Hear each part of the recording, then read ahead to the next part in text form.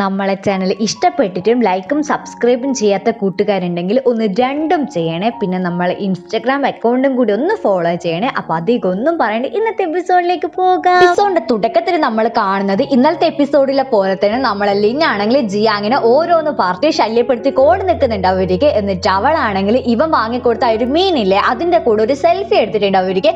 ആ ഒരു സെൽഫി ആണെങ്കിൽ ഇവന് കൊടുത്തിട്ടാണെങ്കിൽ പറയും, നീ എപ്പോ മീനെ കൊണ്ട് ചോദിക്കലില്ലേ, അതുകൊണ്ട് ഞാൻ നിനക്ക് ഈ ഒരു ഫോട്ടോ കൊണ്ടുവന്നേന്ന് പറയേ. അതേ ടൈം ജിയാങ് ആണെങ്കിൽ പറയും, ഈ ഒരു മീനിന്റെ കൂടെ നിന്റെ ഫോട്ടോ എന്തിനാ വെച്ചെന്ന് ചോദിക്കുന്ന ടൈം അവളാണെങ്കിൽ പറയും, മീനിനെ ഒറ്റക്ക് കാണാൻ ഒരു ഭംഗിയില്ല, അതുകൊണ്ട് ഞാൻ ഈ ഒരു മീനിന്റെ കൂടെ എന്റെ ഫോട്ടോ കൂടി വെച്ചെന്ന് പറയുന്നുണ്ട് അവർക്ക്. ഇതേ ടൈം അവനാണെങ്കിൽ എന്തെല്ലോ പറഞ്ഞിട്ട് ബാക്കോട്ടേക്ക് ഇതുപോലെ നടക്കുന്ന ടൈം അവന്റെ കാലാണെങ്കിൽ ഒരു വണ്ടിക്ക് തട്ടുന്നുണ്ട് അവർക്ക്. അവനാണെങ്കിൽ പിന്നെ നടക്കാനേ പറ്റുന്നുണ്ടാവില്ല. അവളാണെങ്കിൽ എന്ത് ചെയ്യോ, അവൻ ആ ഒരു വണ്ടിയിൽ ഇരുത്തിയിട്ടാണെങ്കിൽ ഇതുപോലെ ഉന്തിക്കൊണ്ടു പോകുന്നുണ്ട് അവർക്ക്. നോക്കുമ്പോൾ ആ ഒരു ഗ്രാമത്തിലൊക്കെ എല്ലാരും അവനെ തന്നെ നോക്കുന്ന കാണുന്ന ടൈം നമ്മളെ പെണ്ണാണെങ്കിൽ പറയും, നീതാ ഇത് വെച്ചിട്ട് നിന്റെ മുഖം മറച്ചോന്ന് ഇങ്ങനെ പറയുന്നുണ്ട് അവർക്ക്.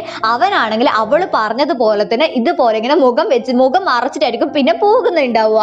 ഇവളെ കൊണ്ട് ഇവന് തൊന്തരവായിരിക്കും. നമ്മളെ ജിയാങ് ആണെങ്കിൽ വീട്ടിൽ പോയിട്ട് ഇതുപോലെ നമ്മളെ പെണ്ണ് കൊടുത്ത് ഫോട്ടോ നോക്കിയിട്ടിരിക്കുന്ന അതേ ടൈം ആയിരിക്കും ഗൂഷൻ ആണെങ്കിൽ അങ്ങോട്ടേക്ക് വരുന്നുണ്ടാവും. അപ്പൊ അവൻ വന്നപാട് തന്നെ നമ്മളെ ചെക്കനോട് ചെസ് കളിക്കാന്ന് പറയുന്നുണ്ട് അവർക്ക്.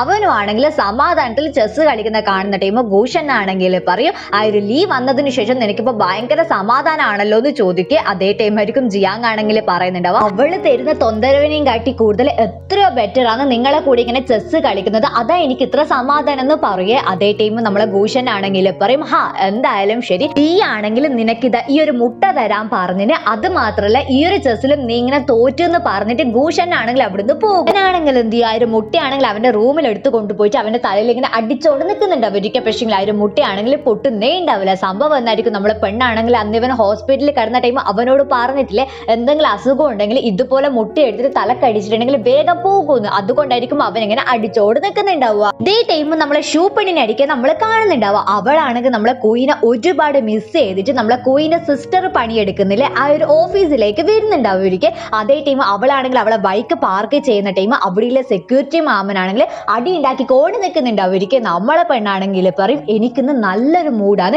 അല്ലെങ്കിൽ നിങ്ങളെ കഥ തീർന്നെന്നൊക്കെ പറഞ്ഞിട്ടായിരിക്കും അയാളുമായിട്ട് അടിയാവുന്നുണ്ടാവുക.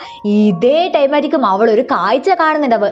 എന്നായിരിക്കും നമ്മളെ ക്വീന്റെ കൈ ആണെങ്കിൽ ഒരു പെണ്ണ് പിടിച്ചു നിൽക്കുന്നത്. ഇതാണെങ്കിൽ അവൾക്ക് സഹിക്കുക. അവളാണെങ്കിൽ പറയും, എടി കള്ളപ്പന്നി അവന്റെ മേലെ നിന്ന് കൈ എടുക്കടി എന്ന് പറയേ. അതേ ടൈം അവളാണെങ്കിൽ പറയും, നിങ്ങൾ രണ്ടാളും ആരാന്ന്, നിനക്കിങ്ങനെ ഇവളെ അറിയോന്ന് നമ്മളെ കുയിനോട് ചോദിക്കുന്നുണ്ട് അവർക്ക്.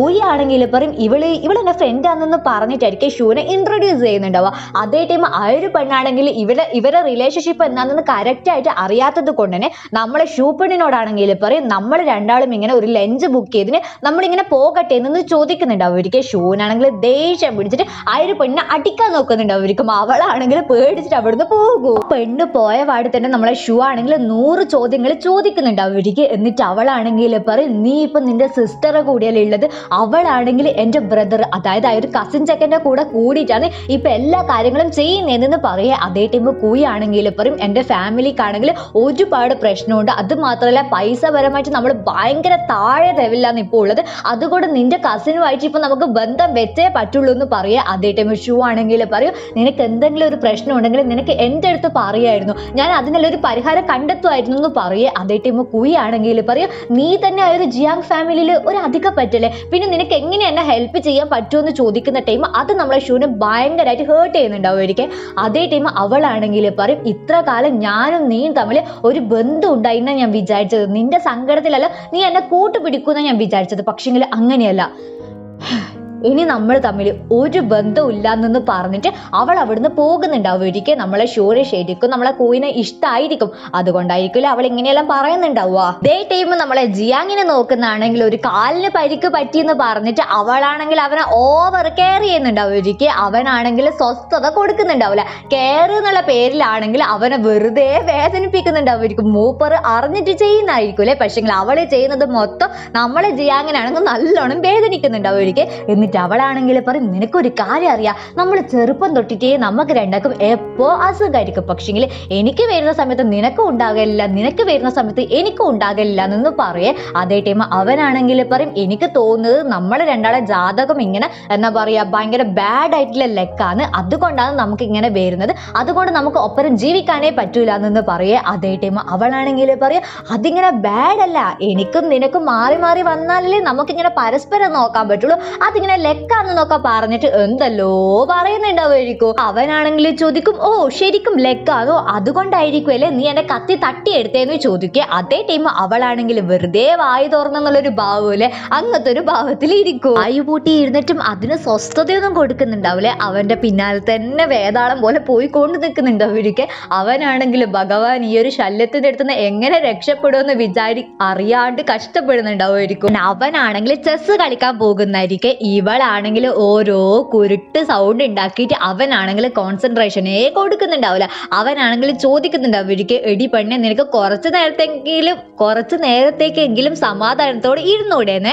നമ്മളെ പെണ്ണാണെങ്കിലും ഒരു രക്ഷയില്ല. അവസാനം അവനെ സഹി കെട്ടിട്ട് അവനാണെങ്കിൽ അവളോട് വെള്ളം എടുത്തിട്ട് വരാൻ പറയുക. അതാണെങ്കിൽ സ്പീഡിൽ പോയിട്ട് വെള്ളം എടുത്തിട്ട് വരുന്നുണ്ടാവുമായിരിക്കും. ഇതേ ടൈം അവനാണെങ്കിൽ പറയും ഞാൻ ഇങ്ങനെ ബാത്റൂമിൽ പോകാൻ പോകുന്നതെന്ന്, അവിടത്തേക്കെങ്കിലും നീ വരല്ലേ എന്ന് പറയുന്നുണ്ടാവുമായിരിക്കും. അവിടത്തേക്ക് പോകാൻ പറ്റാത്തത് കൊണ്ട് തന്നെ നമ്മളെ പെണ്ണാണെങ്കിൽ അവിടെ ഇരിക്കെ അവനാണെങ്കിൽ ഇവളെടുത്ത് നിന്ന് എങ്ങനെയെങ്കിലും രക്ഷപ്പെടണമെന്ന് വിചാരിച്ചിട്ട് ബാത്റൂമിൽ നിന്ന് എവിടത്തേക്കോ ഒളിച്ചിട്ട് പോകാൻ നോക്കുന്ന ടൈം ഇവളെ മുന്നേ തന്നെ പെട്ടുപോകുന്നുണ്ടാവുമായിരിക്കും.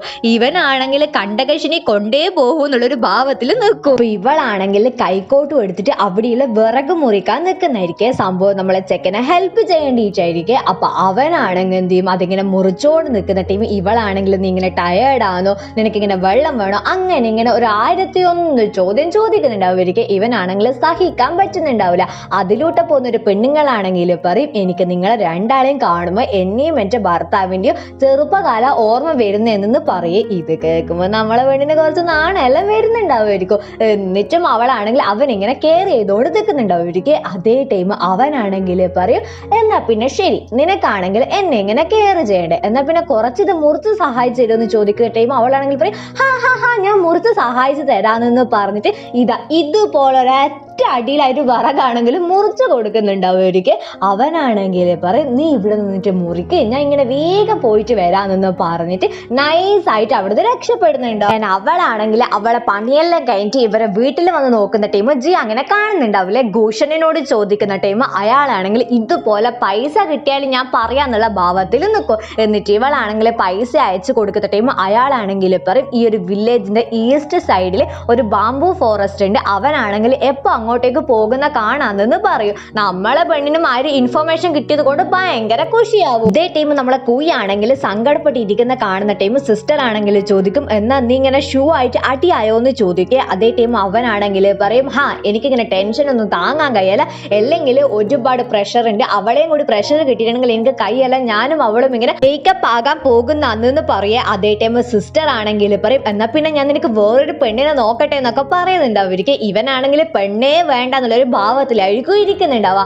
അതേ ടൈം സിസ്റ്ററിനാണെങ്കിൽ മനസ്സിലാവുന്നുണ്ടാവും ഈ ഒരു ജോബാണ് അവന് ഭയങ്കര പ്രഷർ കൊടുക്കുന്നത്, അതുകൊണ്ട് അവളാണെങ്കിൽ അവളെ ബ്രദറിനോടാണെങ്കിൽ പറയും ഇനി മുതൽ നീ ഇങ്ങനെ ഇവിടെ ജോലിക്ക് വരേണ്ട, ഈ ഒരു ജോബാണ് നിനക്ക് നല്ലോണം പ്രഷർ തരുന്നതെന്ന് എനിക്ക് അറിയാമെന്ന് പറയുക. അതേ ടൈം അവനാണെങ്കിൽ സന്തോഷം കൊണ്ട് എന്തല്ലോ പറയാൻ നോക്കുന്നുണ്ടാവുമായിരിക്കും. പക്ഷേ സിസ്റ്റർ ആണെങ്കിൽ പറയും എനിക്ക് നീ പറയുന്ന ഒന്നും കേൾക്കണ്ട, നിനക്ക് എന്നാ വേണ്ടെന്ന് വെച്ചാൽ നീ പോയിട്ട് ചെയ്തോന്ന് പറയും. നമ്മളെ ചെക്കനും ഭയങ്കര ഹാപ്പി ആകും. ഇതേ ടൈം നമ്മളെ ജിയാങ് ആണെങ്കിൽ വീട്ടിലേക്ക് തിരിച്ചെത്തുന്നുണ്ടാവുമായിരിക്കും. അവൻ വന്നപാട് ഭൂഷൺ ആണെങ്കിൽ പറയും ലീ എടുത്തു, അവൾ അച്ഛനാണെങ്കിൽ അവക്ക് വേണ്ടിട്ട് വെയിറ്റ് ചെയ്യുന്നുണ്ട് എന്ന് പറയാം. അതേ ടൈം ജിയാങ് ആണെങ്കിൽ പറയും എന്ത് ലീ എന്റെ കൂടെയല്ലോ ഉള്ളത്, നിങ്ങളെ കൂടെയല്ലേ എന്ന് പറയാം. അതേ ടൈം ഭൂഷൺ ആണെങ്കിൽ പറയും എന്ത് അവളാണെങ്കിൽ നിന്നെ പരിധിച്ച് ഇങ്ങനെ ബാംബു ഫോറസ്റ്റിലേക്ക് വന്നിനല്ലോ എന്നൊന്നും പറയേ. ഇത് കേൾക്കുന്ന ടൈം നമ്മളെ ചെക്കന് ടെൻഷൻ ആയിട്ട് അവനാണെങ്കിൽ ബാംബു ഫോറസ്റ്റ് മൊത്തം ആണെങ്കിൽ പരുതുന്നുണ്ടാവുമായിരിക്കും. നോക്കുമ്പോ എന്നായിരിക്കും നമ്മൾ നമ്മളെ പെണ്ണാണെങ്കിൽ ഒരു കുഴിയിൽ വീണിട്ട് പെട്ടിട്ടായിരിക്കും ഉണ്ടാവുക. അതിന്റെ ഉള്ളിൽ കിടക്കുന്ന ടൈം അവളാണെങ്കിൽ പറയും, ജിയാങ് നീ വന്നാ, നീ എന്താ ഇത്ര ലേറ്റ് ആയത്, ഞാൻ എത്ര നേരമായിട്ട് നിനക്ക് വേണ്ടിയിട്ട് വെയിറ്റ് ചെയ്യുന്ന അറിയോന്നൊക്കെ ചോദിക്കുന്നുണ്ടാവുമായിരിക്കും. അങ്ങനെ അവനാണെങ്കിൽ അവളെ രക്ഷപ്പെടുത്തേണ്ടിയിട്ട് അവളെ കൂടെ തന്നെ ആ ഒരു കുഴിയിലേക്ക് തുള്ളുന്നുണ്ടാവുമായിരിക്കും. ഗൂഷനെ വിളിച്ചിട്ട് ഇതുപോലെ ഒരു കുഴിയിൽ പെട്ട കാര്യം പറയുന്നുണ്ടാവുമായിരിക്കും. ഇവനാണെങ്കിൽ കുഴിയിൽ വീണപാട് തന്നെ നമ്മളെ പെണ്ണിനിടാൻ കോട്ട് കൊടുക്കുന്നുണ്ടാവുമായിരിക്കും. അവളാണെങ്കിൽ എന്ത് ചെയ്യും, അതിലൊരു കൈ അവളോടും ഒരു കയ്യിൽ അവനോടും ഇട്ട് ഒന്ന് പറയും. അങ്ങനെ രണ്ടും കൂടി ഇങ്ങനെ സ്റ്റാറെല്ലാം നോക്കിയിരിക്കുന്ന ടൈം അവളാണെങ്കിൽ എന്തല്ലോ കഥ പറയുന്നുണ്ടാവുമായിരിക്കും. ഇവളെ ഇങ്ങനെ കലപ്പില എന്നുള്ള സംസാരം കേൾക്കുന്ന ടൈം ജിയാങ് ആണെങ്കിൽ പറയും, എനിക്കിവിടെ ഒരുപാട് സമാധാനമുണ്ട്, അതുകൊണ്ട് ദയവ് ചെയ്തിട്ട് നീ ഇവിടെ വിട്ടിട്ട് പോയിക്കോ, എനിക്ക് ഒരു കുഴപ്പമില്ല, എനിക്കിങ്ങനെ ഒറ്റക്ക് നിൽക്കുന്നത് ഇഷ്ടം എന്ന് പറയേ. ഇത് അവക്ക് ഭയങ്കരമായിട്ട് സങ്കടാവുന്നുണ്ടാവുമായിരിക്കും. അങ്ങനെ അതേ ടൈം നമ്മളെ ഗൂഷനും കുറെ ടീംസും ആണെങ്കിൽ വന്നിട്ട് നമ്മളെ പിള്ളേരെ രക്ഷിക്കുന്നുണ്ടാവുമായിരിക്കും. വീട്ടിലെത്തിയ ടൈമും അവളാണെങ്കിൽ ഇവൻ പറഞ്ഞ കാര്യങ്ങളൊക്കെ ആയിരിക്കും ആലോചിക്കുന്നുണ്ടാവുക. അതേ ടൈം ആയിരിക്കും സവോ ആണെങ്കിൽ എന്തോ സംഭവം വിളിച്ചിട്ട് പറയുന്നുണ്ടാവുക. അതെന്നാന്ന് കേൾപ്പിക്കുന്നുണ്ടാവില്ലേ. നമ്മളെ പെണ്ണാണെങ്കിൽ പറയും, നാളെ തന്നെ ഞാൻ ഇങ്ങനെ തിരിച്ചു വരാമെന്ന് പറയും. അങ്ങനെ പിറ്റേ ദിവസം ആകുന്ന ടൈം നമ്മളെ ചെക്കൻ എണീച്ച് നോക്കുന്ന ടൈം നമ്മളെ പെണ്ണാണെങ്കിൽ അവിടെ ഉണ്ടാവൂലേ.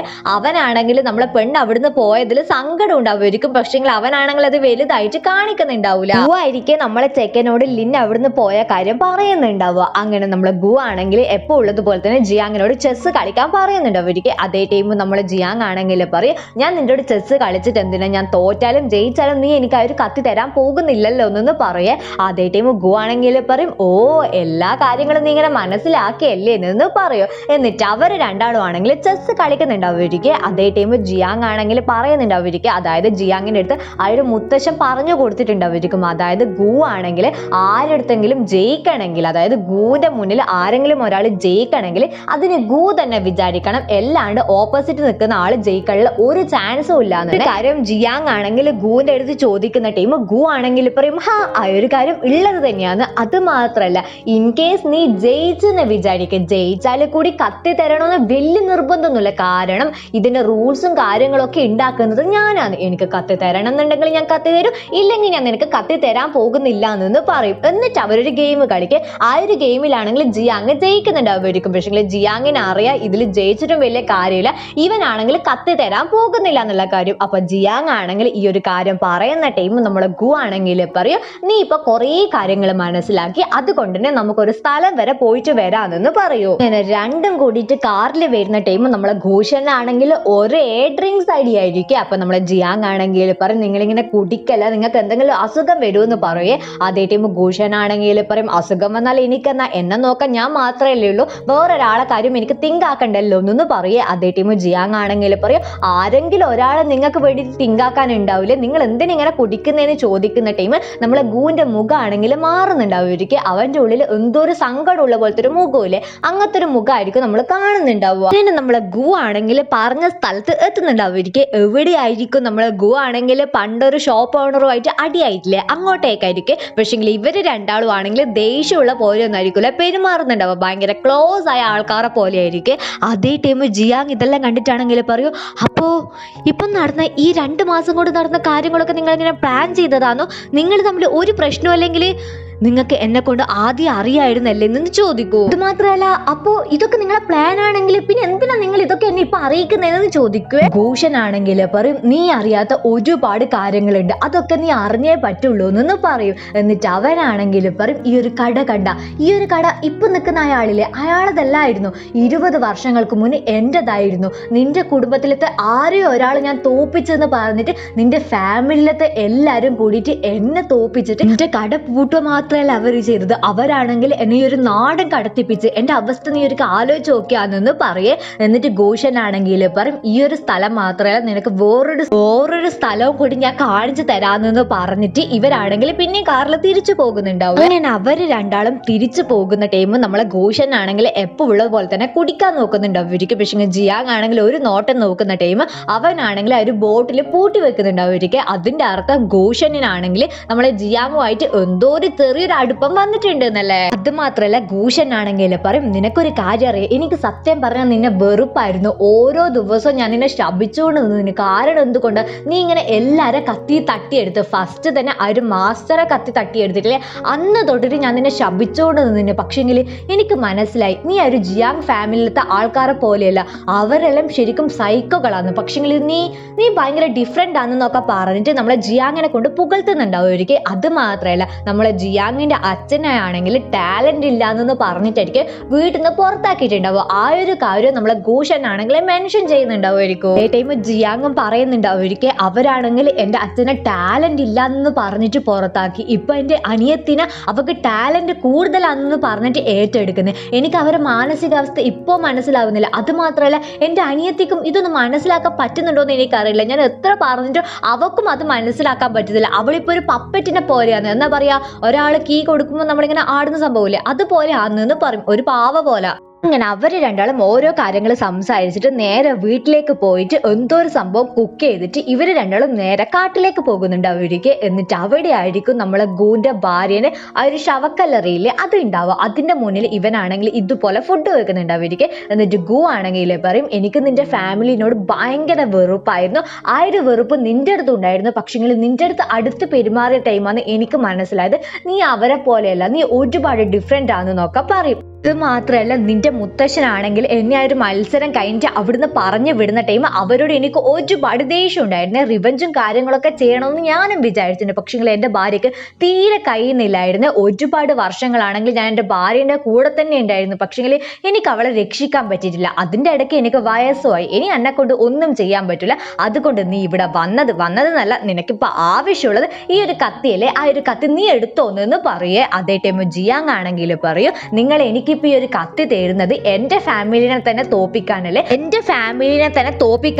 അതുകൊണ്ട് ഞാൻ നിങ്ങളെ ശിഷ്യനായിട്ട് വരട്ടെ എന്നൊന്ന് ചോദിക്കേ. അതേ ടൈം ഗു ആണെങ്കിൽ അതിന് ഓക്കെ പറയുന്നുണ്ടാവുമായിരിക്കും. അങ്ങനെ ഇവരാണെങ്കിൽ ഇതുപോലെ നിൽക്കുന്ന സ്ഥലത്തായിരിക്കും ഇന്നത്തെ എപ്പിസോഡ് അവസാനിക്കുക. ഇനി ആകെ കുറച്ച് എപ്പിസോഡും കൂടിയേ ഉള്ളൂ. നിങ്ങൾക്ക് ഈ ഒരു ഡ്രാമ ഇഷ്ടപ്പെട്ടിട്ടുണ്ടെങ്കിൽ ലൈക്കും സബ്സ്ക്രൈബും ചെയ്യണം. അപ്പോൾ എല്ലാവർക്കും ബൈ.